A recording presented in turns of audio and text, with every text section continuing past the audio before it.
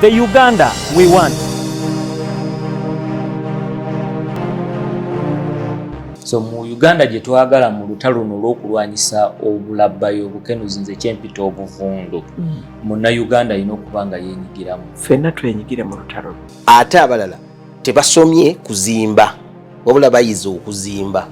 Uganda gye twagala okulaba ng'enguudo zonna nkole nungi, public transport nga weeri. Kati eno gavumenti eriwo erina akabonero ka Lucifer. Buli kyotunulako mu Uganda kiriko oxygen. Either babika amawulire malungi oba mawulire mabi. Minisita teyeetagisa kabangali budde buno zaki. At this time, why should somebody import furniture from outside Uganda? Let us leave NRM to be in charge for another 36 years or more. I really want to see a Uganda that believes in the rule of law. If you have a constitution in place, follow it to the letter. Don't change laws just because you want them to favor you. Kuba njagala omanye nti obugagga bwonna Uganda bwe yeeyagaliramu buyita waffe ku ttaka lyaffe. Naye busoga mugidibaze. How can a referral hospital refer you to a private clinic? The Uganda we want buli muntu ateekwa okumanya nti I am a stakeholder, nkwatibwako si kwesuulirayo gwa naggamba. Uganda oyinza okukakana nga mwe mulina ba graduates aba university nga bangi okusinga Ebungereza. Mwe mufokasinga nnyo ku degree.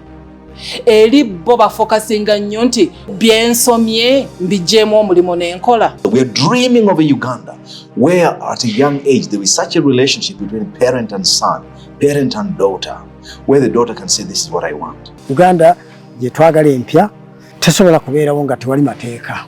Amateeka agakola. The Uganda we want.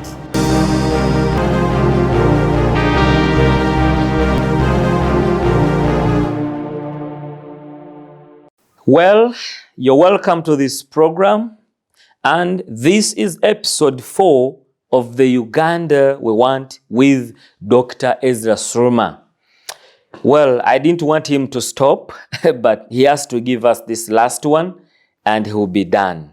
So just join me and we welcome him, listen to him, let us hear more. And if you're a government worker, you're a leader, you're a civil servant, you're a Ugandan, I want you to listen from him and after, do something. After, do something. I had an American friend who died recently, Dr. Paul Chinchin. He said, he was as well my mentor, he said, do something today, do it now. Do something and do it now. So after hearing from Dr. Ezra Suruma, please, whatever he says, if you're able to do something, which I think you will be able to do something, do it and do it now. Why? Because there is a kind of Uganda that you and I envision. Dr. Ezra Suruma, you're welcome. Let's have him for the last time today on the Uganda we want. Doctor, you're welcome to the program. Thank you. Well, Professor, after hearing from you and after hearing about who is Dr. Ezra Suruma, the question that comes to my mind, when you went to the university in America, what you studied is so much in line with the economy. You as well came back to Uganda, you taught, you've served, and still everything, just a bit of politics and leadership, but majorly you've been so much into the economic journey or line in your leadership. Someone who is watching us and someone who is listening to your voice today would like to hear from you. Which kind of Uganda do you envision? Because you were born before independence, you've lived in the times of independence, and we still have you. But is this the country that you really envision? If not, which kind of Uganda do you want to see?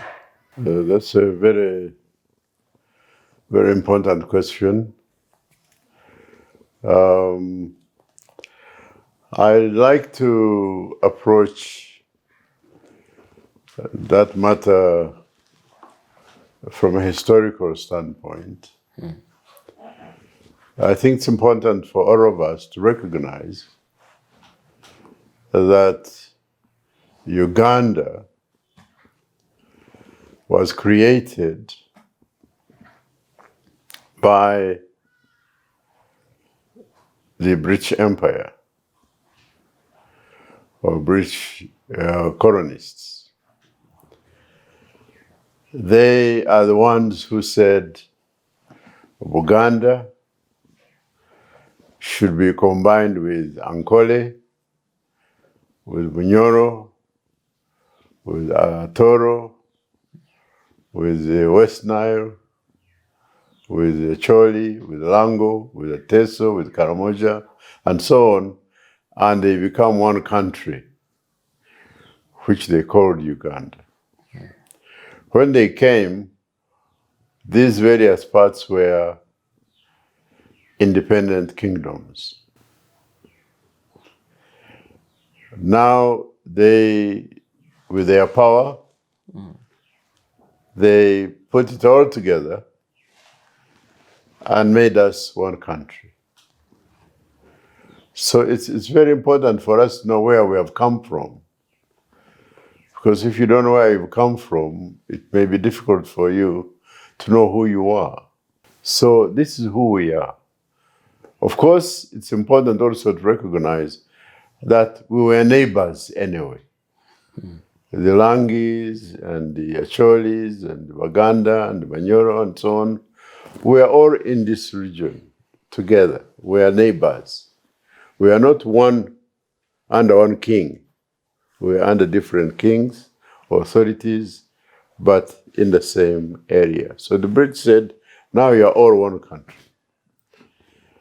On what basis? On the basis of British force and power. And they started to give us their language, put one police. They had district commissioners who were usually white, controlling the districts. At that time, when we got independence, there were only 17 districts. And usually, in fact, always, the district commissioners were white. The ones, they were British, ruling the country. So now, this is what we have inherited. This is our inheritance. And the question now is, what do we do with this inheritance? Does this constitution, physical constitution of the various tribes and kingdoms, can we live together peacefully? To me, that is the first prerequisite for any other activity, to find a formula for coexisting peacefully. Because we still recognize that there is Buganda, that there is Ankole, that there is Lango. There's a Choli. There is a Choli. And indeed, you know, for 20 years, the Acholi attempting to either secede or take over power. So this kind of war is what we want to avoid. And of course, opposite of war is peace. And how do we coexist peacefully? I think this is perhaps the problem we were attempting to solve when we formed the Uganda Patriotic Movement in 1980. We wanted all to come together and rule together. And I believe that we have examples of other countries like Nigeria, where they have a north and a south that are very, very distinct. And they have resolved that they alternate presidents so that the south takes over for a period, then the north takes over for a period. So that way, they share power. And I believe that in Uganda, we need to have a similar formula of sharing power, of sharing economic wealth and incomes, and sharing infrastructure, making sure that all the people of Uganda feel that they are equally privileged as citizens, that irrespective of where you are from, you have equal citizenship, and equal access to what the country offers. And I believe that if we can manage to do that, that will help us to live peacefully. And indeed, you can see that whereas between 1962 and 1985, there was a tremendous upheaval, fighting. But since then, then we had, of course, the Civil War with the North. Started in 1986 and ended in 2006, 20 years.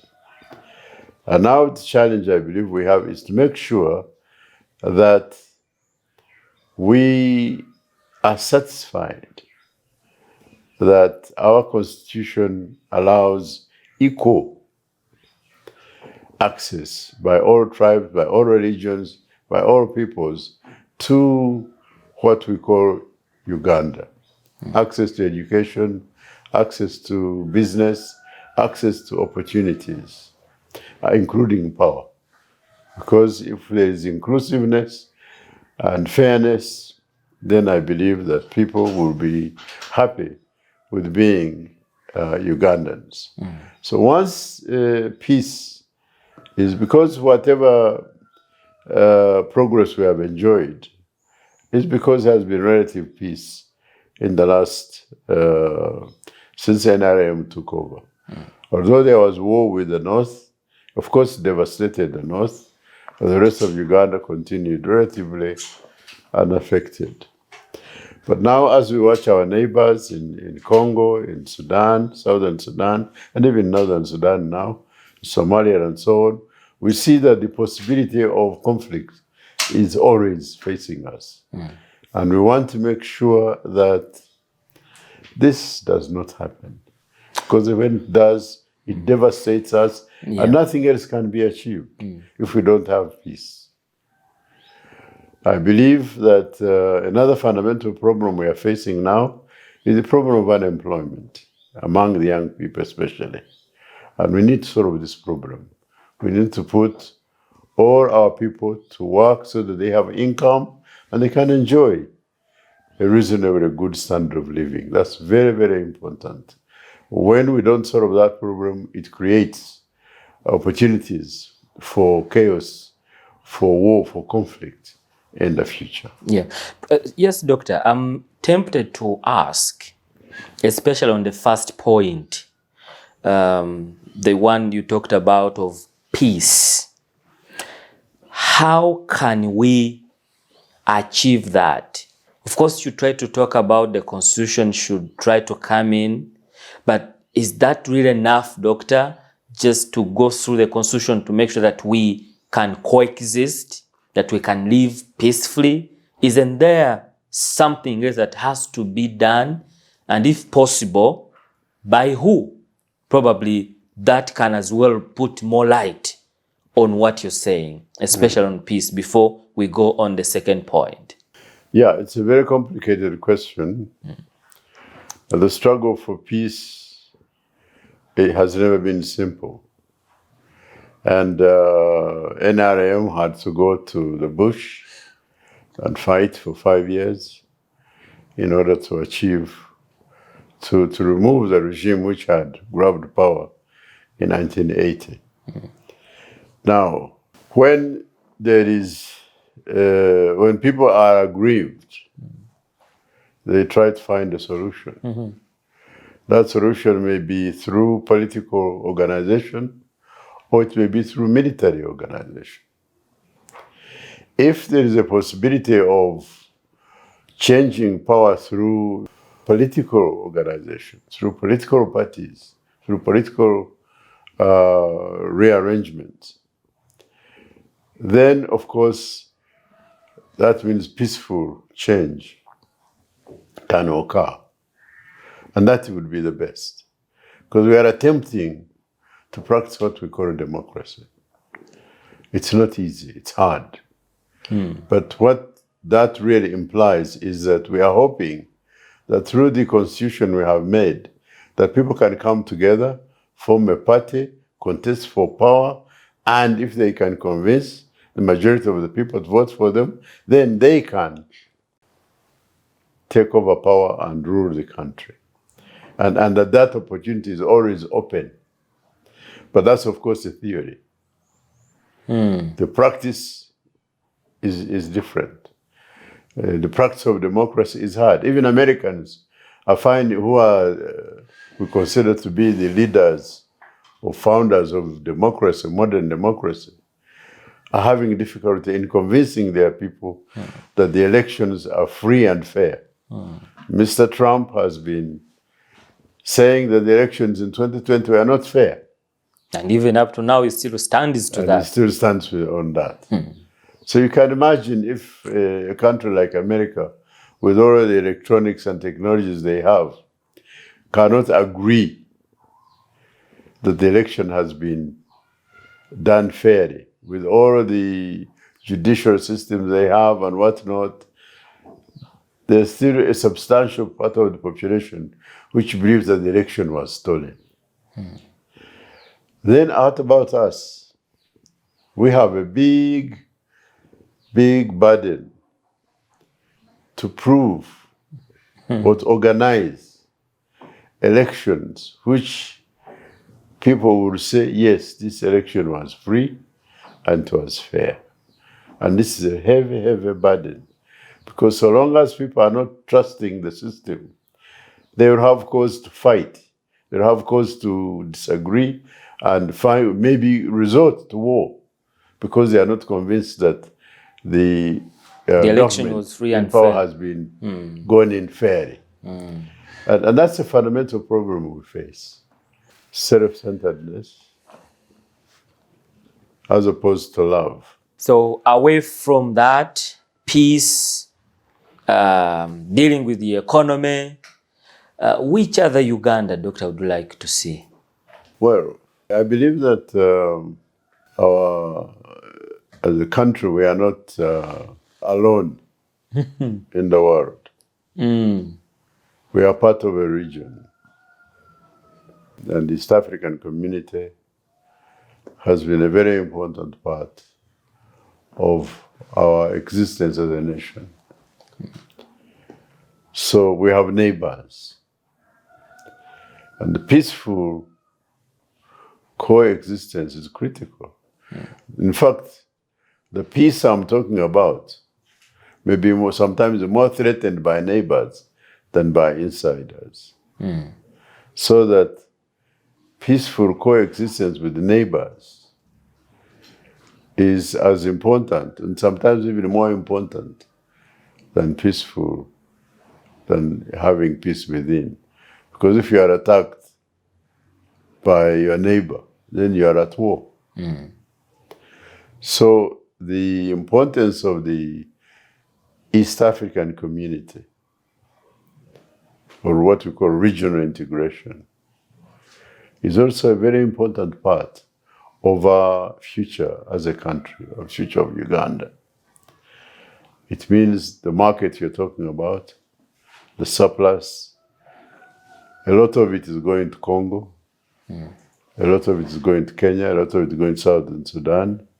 These are our trading partners. So where we used to export most of our products outside, now we find that our neighbors can consume them. Can consume a lot of our products. Where cash crops usually meant coffee, tea, and cotton, which are going to Europe. Now we find even maize, even beans, our cash crops going to our neighbors. So regional integration, in my opinion, is a very, very important part of our future. And so I want to congratulate our government on the increased expansion of our community to include Sudan, to include Congo, and now latest Somalia. Because now this offers an opportunity for peaceful coexistence. It's very, very important. Should never forget that. Yes, there are some problems within the region, like M23 and the Congo and so on. But I hope that this can be contained in time, so that the whole region now is one block for trading purposes, for movement purposes. Now we're saying we can move to Congo without visa. And vice versa. We move freely to Kenya. And Rwanda. This is important because it means that our opportunities are increased, our markets, but also opportunities for investment. We can go and invest in timber in Congo, or mining, or whatever, and so on. And I think that the Uganda we want is a Uganda that is at peace and in good working relationships with the rest of the region, the rest of our neighbors.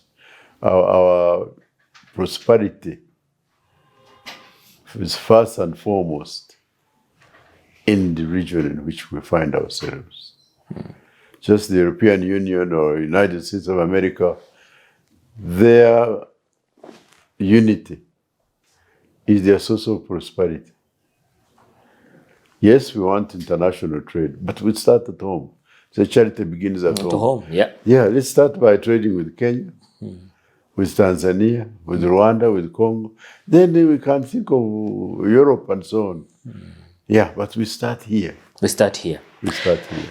Doctor, as a chancellor of Makerere University, I want to quote the president once. He said when he was at Gulu University graduation, he said that most of our graduates that come from universities, including private and public, when they come out, paraphrasing, they need retooling.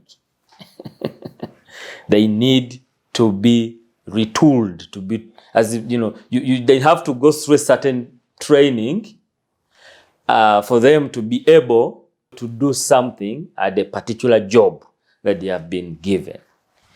Doctor, I want to hear from you on that note. Why are we still having university education and those that we bring out need to be retooled? Why don't we remove these universities and people just stop at senior 6 or senior 4? Yeah, my understanding is that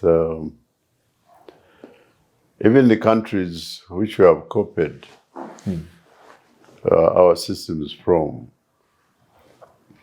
such as America, where I did my education, when you graduate, let's say in economics, as I did, and you're looking for a job, say Citibank or Chase Manhattan Bank, whatever, the first thing that happens when you are accepted is to take you for training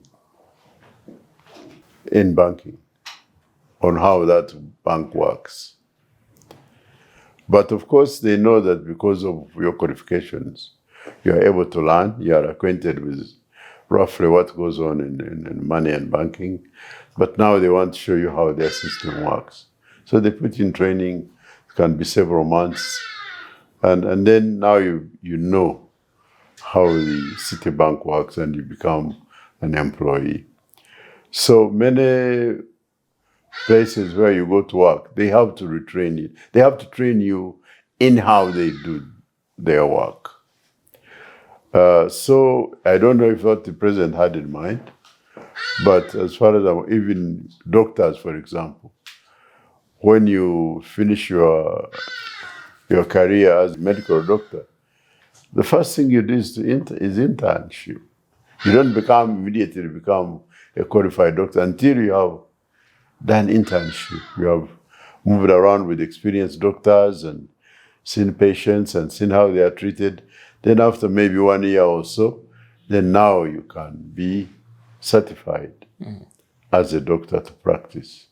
So it's not unusual that, and there are many enterprises which take on people. You may be an English graduate and you're taken in by a broadcasting company to work for them.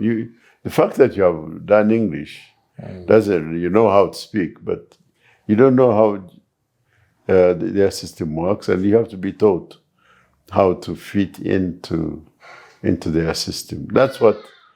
That is fitting into the system. That's fitting into the system. Which I think is okay, but I think the retooling here is what I think the president meant is you give them the education, from primary they come to university, but they move out when still they have to be taught again. They can't do nothing. But I think that there is a difference between the general education that you get. When I was a student at Fordham University in New York, I did 2 years of philosophy. It was a requirement. Although I was specializing in finance, I had to do 2 years of philosophy, 2 years of English literature, 1 year of history, I think 1 year of political science, a year of sociology. So there are all these aspects of life that they thought I needed to be exposed to as a human being. Because the first requirement is that I'm human. And I'm a human who knows the history of mankind. I'm a human who knows how people relate with one another in politics, in sociology, and so on.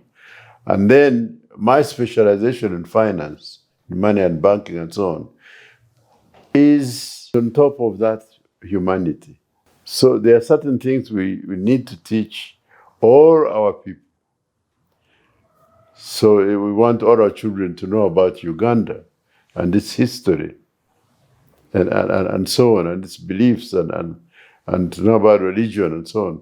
And then on top of that, we give them skills for survival. So when should we give them skills for survival? That I don't know. But what I can say is the English system was different from the American system. If I stopped taking the sciences after senior 3, I was doing chemistry and physics and so on up to senior 3. Then when my elder brother advised me to do economics, I left all that behind and just went into arts. I became specialized already at a very early age.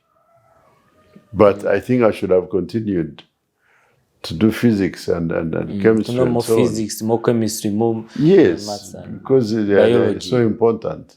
I wish I had more of that. But the system here was very specialized.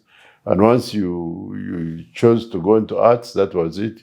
You go to science, that's it, and you continue like that until university. But the American system, they are different. Everyone has to do science, everyone has to do arts, and then it's the last 2 years of my degree that I was now concentrating mainly on finance. So the question of your, what we call rounding up as a human being, they call it liberal arts, being exposed to various aspects of human knowledge. And then the specialization will be functional. They go together.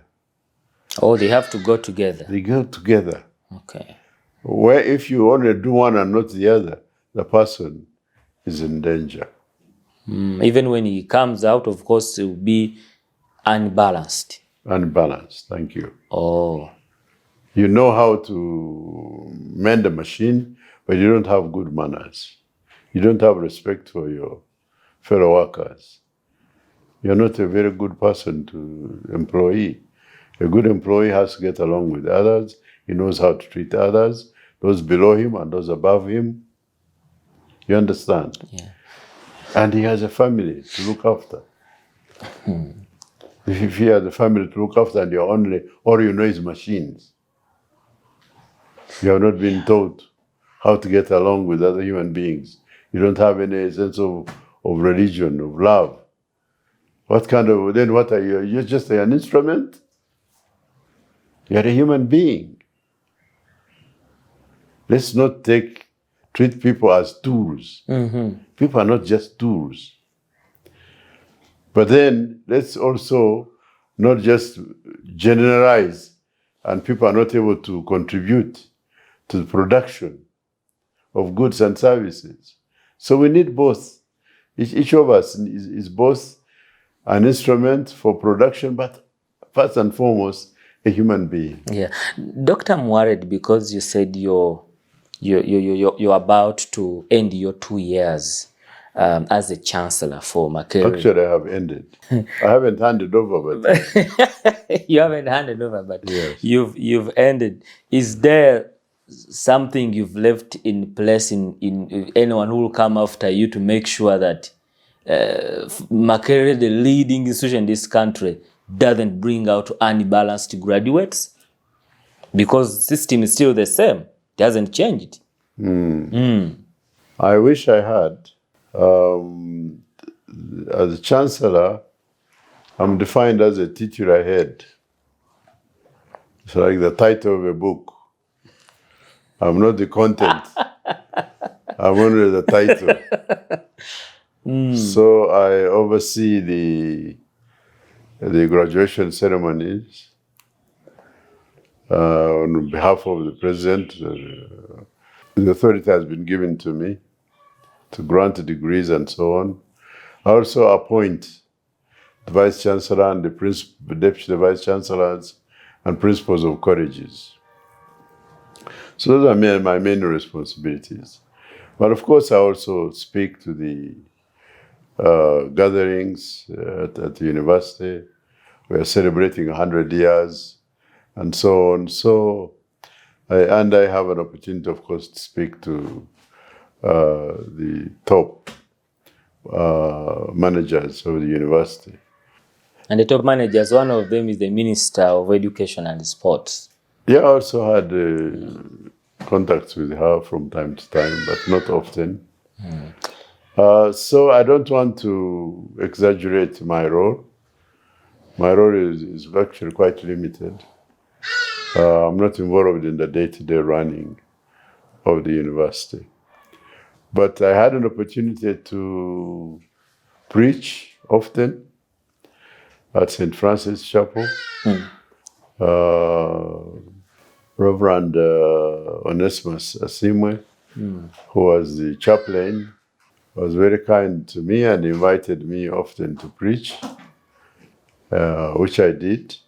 And so I think that my, whatever lessons, contributions I had to make, you did. I did through communicating to the people at the chapel and through my speeches at graduation ceremonies and other ceremonies. That was mainly how I was participating. Yeah, so by looking at the Uganda we want, would you agree that we really need to embrace liberal education right from down to top? Definitely. Definitely. We need both liberal education in the sense of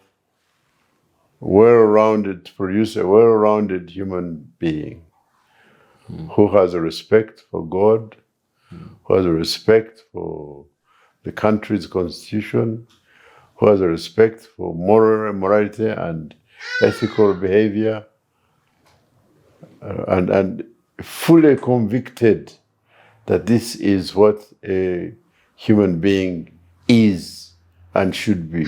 And these are the values that I'm passed on to my family and to my students and to my fellow workers. And then also provide skills where possible so that I am a productive contributor to the goods and services that are needed by my society.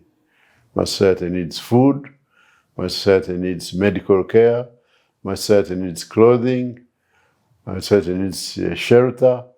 I'm contributing to the production of these goods and services. But the way that I contribute has to be characterized by love. I'm first and foremost human, not only human, but also a godly human. I'm created by God for a purpose. What is my purpose? To do God's will. What's God's will? Love God, love your neighbor.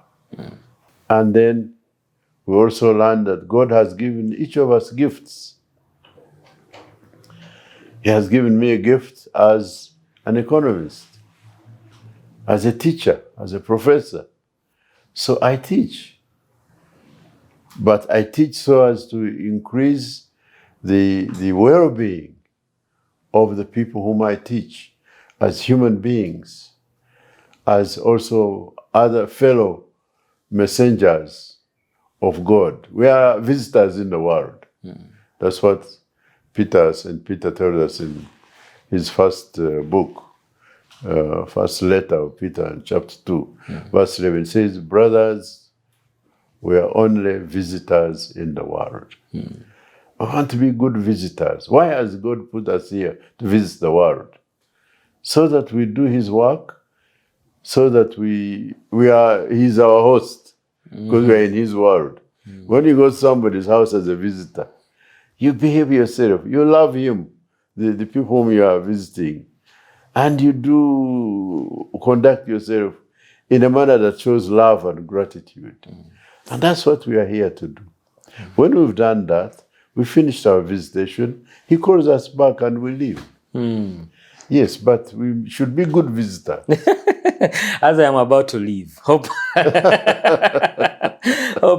I've been a good visitor. Of course, you have been a very good host for me. Thank you. And as I'm about to leave and to end my visitation to you, Doctor, I was your student close to 10 years ago when you were teaching at African Bible University a course on the political economy of oil.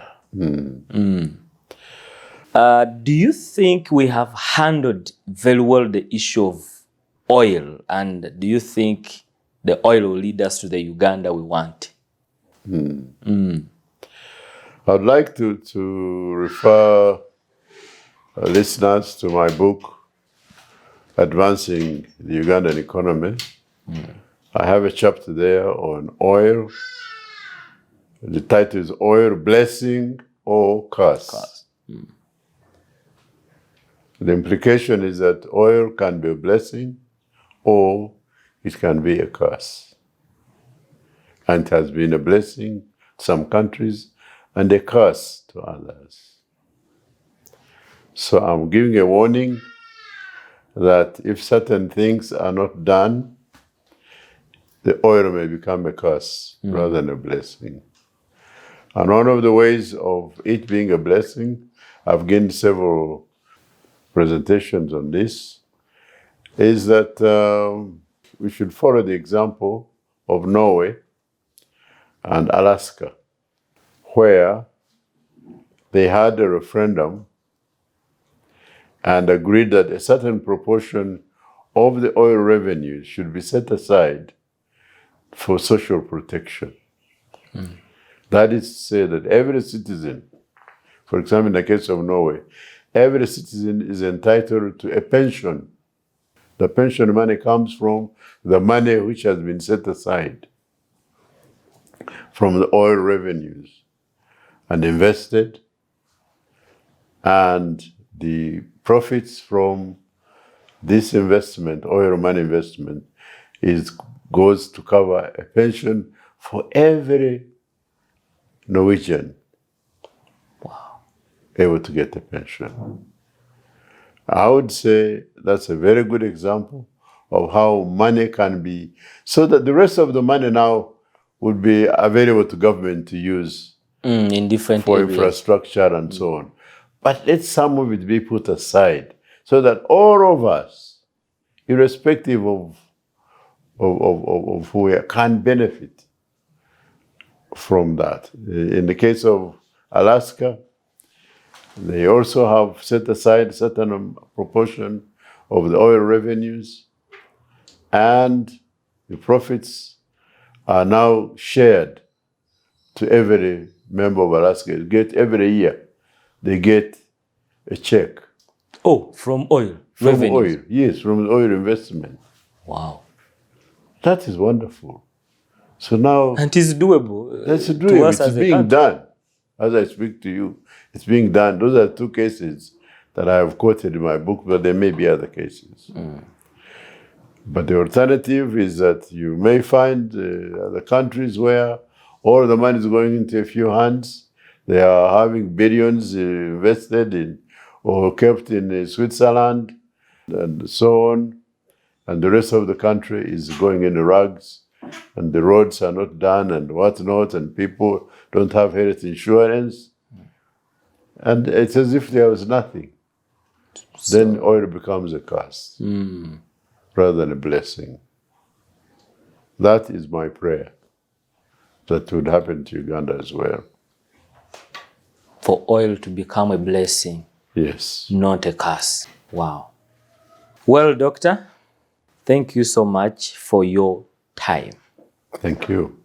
And I'll just, as your host in the program and your visitor at your home, just summarize for us in just a minute or two without being interrupted by my voice or by my questions, you to tell us the kind of Uganda that you envision in summary. Thank you, Robert. My prayer is that Uganda would be peaceful, and that peace will be made possible by having a truly democratic governance through free and fair elections, and that all the tribes and religions in Uganda would be truly included and feel included in a governance system that truly represents their interests and their prayers for themselves and for their children. And so, thirdly, that this Uganda would be at peace with its neighbors and working together as one region, integrated peacefully in the region, and through careful management and programming, that our country would have full employment opportunity for all citizens, so that we can all have a reasonable income, a fair income, to have a fair, decent standard of living. And I believe the parish model can be a basis for this, so that even other countries would learn from us. I believe it's possible, I believe it's doable, and my prayer is that indeed that is what will happen for God and my country. Amen. You've heard it. You as a Ugandan, what are you going to do to make sure that we achieve the kind of Uganda that you and I envision. Till we meet again, my name is Mulanzi. This is the Uganda we want.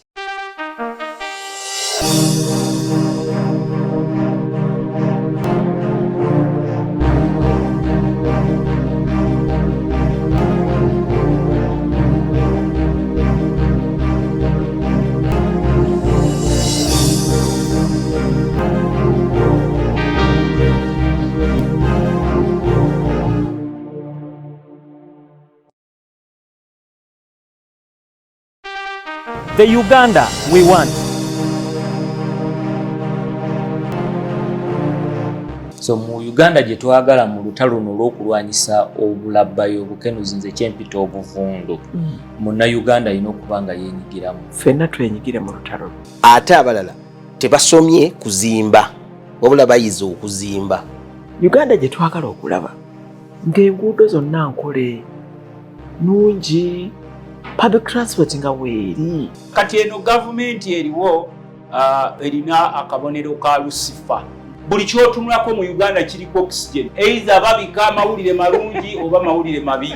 Minisita teyeetaagisa kabangali budde buno zaaki. At this time, why should somebody import furniture from outside Uganda?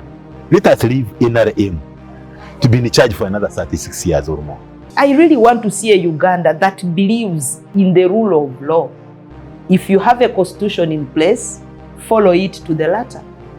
Don't change laws just because you want them to favor you. Kuba njagala omanye nti obugagga bwonna Uganda bwe yeeyagaliramu buyita waffe ku ttaka lyaffe. Naye Busoga mugidibaze. How can a referral hospital refer you to a private clinic? The Uganda we want buli muntu ateekwa okumanya nti I am a stakeholder, nkwatibwako si kwesuulira wannagamba. Uganda oyinza okukakana nga mwe mulina bagraduates aba university nga bangi okusinga ebungereza. Mwe mufokasinga nnyo ku degree. Eri bo bafokasinga nnyo nti byensomye mbijeemu omulimu n'enkola. We are dreaming of a Uganda where at a young age there is such a relationship between parent and son, parent and daughter, where the daughter can say this is what I want. Uganda gye twagala empya tesobola kubeerawo nga tewali mateeka. Amateeka agakola. The Uganda we want.